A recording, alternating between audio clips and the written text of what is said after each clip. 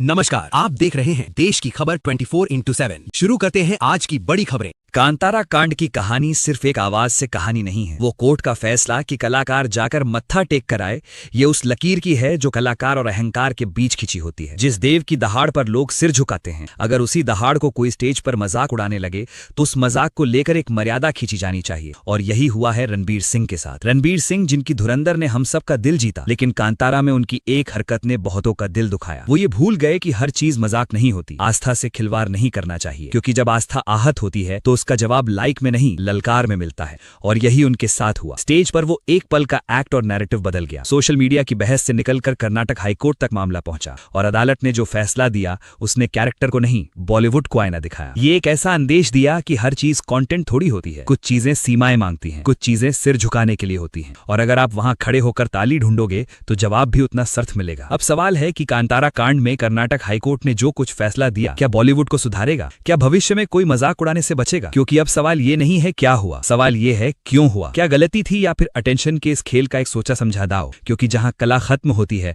अहंकार वहीं से शुरू। और इसलिए आज कांतारा कांड की परत दर परत सच्चाई हम खोलेंगे। कर्नाटक हाईकोर्ट ने रणबीर सिंह को लेकर फैसला सुनाया है। अगर ये कारण आप जानते हैं, अच्छी बात है। अगर नहीं जानते हैं तो आपको बता दें कि सारा फसाद एक अवार्ड फंक्शन के स्टेज से शुरू हुआ था। रणबीर, जो अपनी एक्स्ट्रा एनर्जी के लिए जाने जाते हैं, उस दिन मर्यादा लांघ दी थी। फिल्म कांतारा के संवेदनशील और पवित्र देव कोला अनुष्ठान की नकल उतारी थी। जिस चीख और पुकार को तटीय कर्नाटक के लोग दैवीय शक्ति का आवाहन मानते हैं, रणबीर उसे कॉमेडी एक्ट की तरह पेश कर रहे थे। स्टेज पर अजीबोगरीब मुंह बना रहे थे। उस पवित्र ध्वनि का इस्तेमाल केवल भीड़ से सीटियां और तालियां बटोर रहे थे। उन्होंने शायद इसे ट्रेंडिंग मूवमेंट बनाने की कोशिश की ली, लेकिन वो भूल गए कि जिस परंपरा को ऋषभ शेट्टी ने पर्दे पर उतारने के लिए हफ्तों व्रत रखा, मांस मदिरा का त्याग किया, उसे अवार्ड शो में एक नौटंकी बनाकर पेश करना लोगों के कलेजे को चलनी करने जैसा था। यहां नकल में अकल की जरूरत थी, जो शायद चमक दमक में खोपे थी। और जब ये वीडियो वायरल हुआ तो कर्नाटक के तमाम लोगों का गुस्सा फूटा। मामला पुलिस से होते कर्नाटक हाईकोर्ट पहुंचा। 27 अप्रैल 2026 का ये केस वो फैसला लेकर आता है जिसने बॉलीवुड के अहंकार को जमीन पर लाया। अदालत में रणबीर सिंह के वकीलों ने दलीलें दी कि कलाकार की अभिव्यक्ति थी, लेकिन जज ने साफ कर दिया कि आस्था के नाम पर फूहड़पन बर्दाश्त नहीं होगा।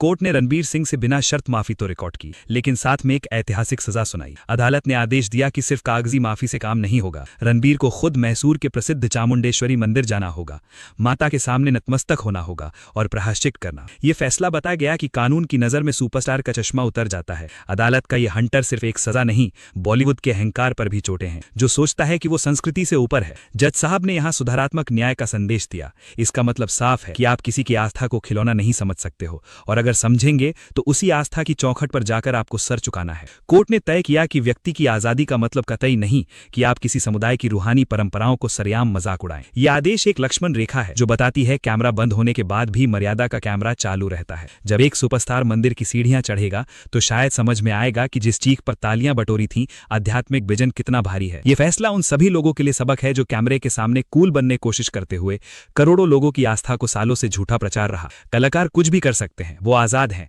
आजादी के नाम पर बच सकते हैं, लेकिन फिलहाल इस घटना ने बताया कि ऐसा नहीं है। हर चीज के दायरे हैं। रणबीर सिंह का बिना बहस कोर्ट में समर्पण करना साबित करता है कि अब इस चमक दमक वाले चेहरों को भी समझ में आ रहा कि जनता के विश्वास से टकराना सही नहीं है। जब आप अपनी जड़ों से कटकर केवल तमाशे पर जिंदा रहते हैं तो ऐसी चीजें आपको वापस जमीन पर लाती हैं। और यही यहाँ पर बदलाव की कहानी है, क्योंकि किसी के मान को बदनाम करना सही नहीं है। ये फिल्म कांतारा थी, इसको बनाने के लिए ऋषभ शेट्टी ने भी तपस्या की थी, और ये कोई कहानी नहीं, सच है। शूटिंग के दौरान बताया जाता है कि परंपरा को निभाने के लिए उन्होंने सन्यासी जैसा जीवन जिया है। जब एक फिल्म बनाने वाले इतनी श्रद्धा से उस कहानी को पर्दे पर उतार रहे थे तो रणबीर ने जो किया, बहक कर किया, मूवमेंट में किया, वो गलत था। और इस गलत को सही करने के लिए अब वो उस जगह जाकर सर को झुकाएंगे। कांतारा की जीत, उसकी मौलिकता, उसकी मिट्टी की खुशबू। जब आप उस पसीने और श्रद्धा को एक कॉमेडी एक्ट में बदलते हैं तो सिर्फ अभिनेता नहीं बल्कि पूरी परंपरा का अपमान करते हैं, जो सजोनी में सालों लग गए, दशकों लग गए हैं। और अब ये एक नए दौर की शुरू है। उम्मीद है कि बॉलीवुड में आने वाले टाइम में ऐसी चीजें और नहीं आएंगी, क्योंकि अक्सर कलाकार जो